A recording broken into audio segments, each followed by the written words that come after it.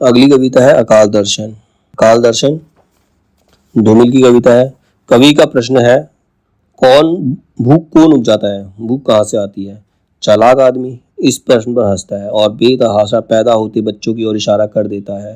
तात्पर्य यह है कि सत्ता तंत्र के लोग भूख शोषण को प्राकृतिक और शोषितों द्वारा ही उपजाया गया मानते हैं। मतलब भूख जो है, जो शोषित है, जिनके ऊपर शोषण हो रहा है, उनकी वजह से ही भूख उपजती है। शोषित होना नियति मानी गई है, मतलब ये उनकी किस्मत है। वो बच्चे ज्यादा पैदा करते हैं, इसीलिए वो गरीब रहते हैं, इसीलिए उनके अंदर भूख है। स्मरणीय तथ्य क्या है? लोग भूख से बिलबिलाकर पेड़ के पत्ते और छाल खा रहे हैं। लोग अकाल को सोहर की तरह गा रहे हैं। सत्ता कभी गाय तथा कभी हाय के बहाने लोगों का शोषण करती है। गाय मतलब धर्म, हाय मतलब बाहरी विपदा, मतलब अलग अलग तरीके से सत्ता उनके ऊपर शोषण करती ही है। अकाल दर्शन की महत्वपूर्ण काव्य पंक्तियां क्या क्या है? भूख कौन उपजाता है? वह इरादा जो तरह देता है, या वह घृणा जो आंखों पर पट्टी बांधकर हमें घास की सट्टी में छोड़ जाती है। मतलब भूख किस वजह से होती है? हमारा इरादा, या जो हमारे मन की नफरत है उसकी वजह से। मैंने उसका हाथ पकड़ते हुए कहा, बच्चे तो बेकारी के दिनों की बरकत है। इससे वे भी सहमत हैं जो हमारी हालत पर तरस खाकर खाने के लिए रसद देते हैं। उनका कहना है कि बच्चे हमें बसंत बुनने में मदद देते हैं। कहते बच्चे भूख का कारण नहीं है, ये बेकारी के दिनों में हमारी बरकत है, ये बेकारी के दिनों में हमें काम आते हैं। ठीक है, उनका कहना जो है कि जो बच्चे हैं वो हमें अपना बसंत बनाने में मदद करते हैं। मगर उस चालाक आदमी ने मेरी किसी बात का उत्तर नहीं दिया और हंसता रहा, हंसता रहा, हंसता रहा।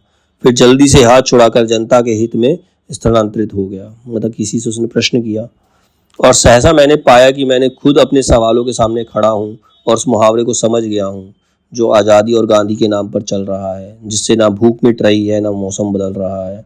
अचानक उसे लगा कि वो अपने सवालों का जवाब खुद ही दे सकता है।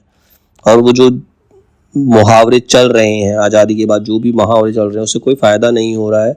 ना तो भूख ही मिट रही है, ना मौसम ही बदल रहे हैं। अक्सर वे मुझे अपराध के असली मुकाम पर उंगली रखने से मना करते हैं, जिनका आधे से ज़्यादा शरीर भेड़ियों ने खा लिया है। वे इस जंगल की सराहना करते हैं। भारतवर्ष नदियों का देश है, बेशक यह ख्याल ही उनका हत्यारा है। यह दूसरी बात है कि इस बार उन्हें पानी ने मारा है। तो कह रहे हैं अक्सर वो मुझे उस अपराध पर उंगली रखने से मना कर देते हैं। मतलब जहाँ अपराध हो रहा है वहाँ पर उंगली रखने से मना कर देते हैं। कौन लोग? जिनका आधा शरीर जो है भेड़ियों ने खा लिया है, वो भी जंगल की सराहना करते हैं।